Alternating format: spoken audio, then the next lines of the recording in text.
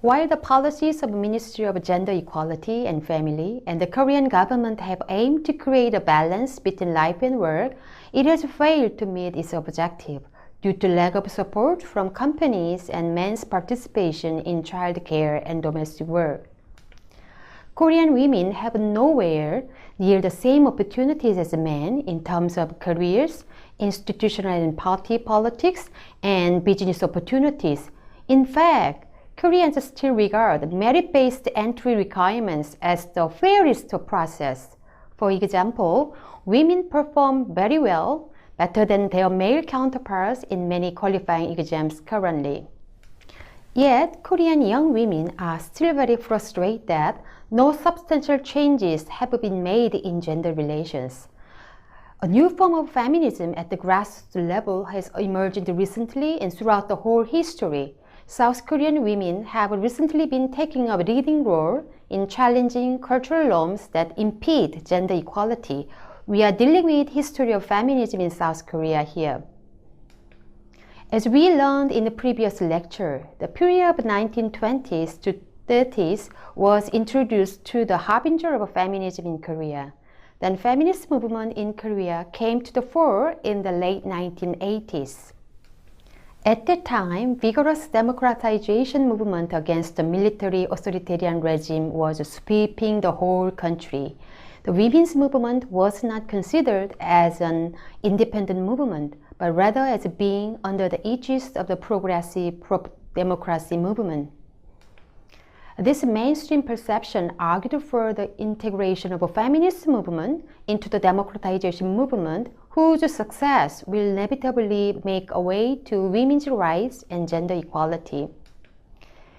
The women's movement envisaged women's liberation, whereby women laborers and marginalized people, 민중 in Korean, at the center stage, would unite with other women in struggling against the ruling class and achieving liberation.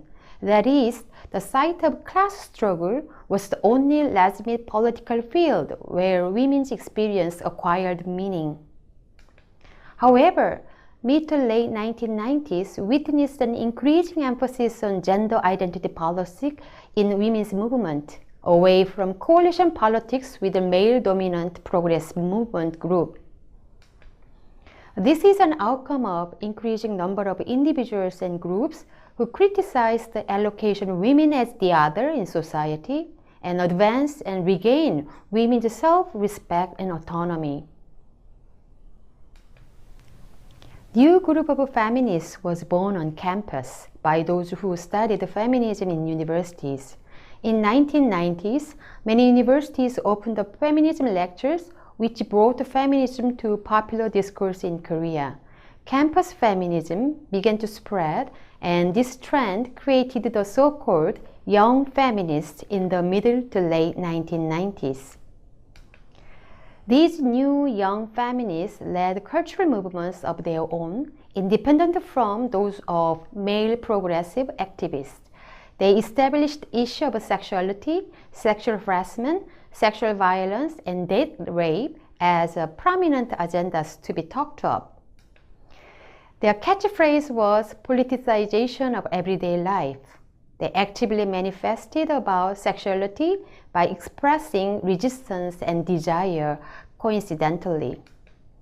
One legacy of the cultures of the young feminist movement created that lives on until today is using nicknames and losing honorifics in conversing with the members of their organizations. This new cultural codes aim to resist organizational hierarchy and authoritarianism in Korea that was sustained by the Korean language's unique use of honorifics and forms of address. This culture rejected patriarchal family relations. They psychologically oppressed women. By skipping the last names and age in addressing others, the young feminists could be emancipated from the authorities embedded in patrilineal lineage and seniority. Many women's organizations also established in 1990s. They challenged patriarchy with well-structured social movements. Some of the successful campaigns and projects are the following. First, Among their activities are the movement of the repeal of the Hoju system, which designates and registers male family head. Coalition and collective efforts led by the women's organization successfully abolished this Hoju system in year 2005. Secondly, the litigation over the extra point system. This extra point system grants an additional 5% in points to the men who have completed military service towards government service employment examination for low to middle level positions. Most men considered this system as an obvious and justified reward to their sacrifice in the army, while the feminists and women argued against the system's inequality and inequity, along with its ineffectiveness in evaluating job seekers' capabilities and merits. Also, other cultural movements were initiated, supported by their vibrant activism. One such example could be anti-Miss Korea pageant. While the pageant continues to this day, more public discourse about objectification of women is heard these days. However, feminist movement met harsh backlashes from the mid-2000s in Korea, where misogyny was growing expansively. As mentioned earlier, the feminist movement in Korea abolished extra point system. The Constitutional Court of Korea found that providing advantage points of a maximum 5% in recruitment examination to those who served the mandatory military duty was unconstitutional in 1999. This ruling emotionally united Korean men. Those who complete the military and men in general shared their outrage on the ruling in the early online communities of late 1990s, which led into diverse forms of cyber terrorism against women. The argument that women are taking away men's advantages they rightfully earned began to gain strength. Then all fingers pointed at feminists who are the cause of all troubles. This form of misogyny continued up to the new millennium and spread its target to women in general in South Korea. Men felt that males' established position and vested interest was taken away by the growing number of successful women. They could no longer to be guaranteed of their breadwinner position in this neoliberal, competitive economy, which made them anxious and insecure. Also, as more women hold consumption power, men became also objectified and commercialized in the image market, which reversed conventional male-female positions. This unfamiliar trend was making men become uneasy with women's growing prominence in Korean economy and society. If from the previous feminist thought was patriarchal Korean structures, today's feminists are fighting a war against misogyny and similar sentiments erupting in South Korea.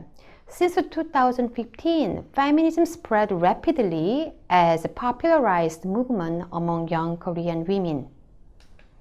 In June of year 2015, a group of young feminists called Megalia appeared online. Wikipedia Korea defines Megalia as a website created in opposition to misogyny. The founders coined the site after the title of Norwegian feminist novel Igalia's Daughters, also creating internet forum called Men's Gallery. Netizens who criticized misogyny in male-dominant internet communities started to directly mimic their misogyny, reversing the attacks on men as a strategy for social movement. Such a strategy is known to be mirroring. The Megalian take direct action as ethics of opposing power. The fixed prejudice on traditional gender roles, hatred, belittlement, negligence, and threats, which had been monopolized by men against women, were deployed strategically in this movement. This mirroring by women exposed the misogyny and backwardness of Korean patriarchal culture. By adopting their sexist languages to be little women, this new feminist movement not only ridiculed and criticized men's behavior, it popularized new type of feminism grounded in a direct action-oriented movement. Empowered by this site, members posted sticky notes in public spaces defending women's rights and released the identities and private information of the murderer who killed innocent women near Gangnam subway station.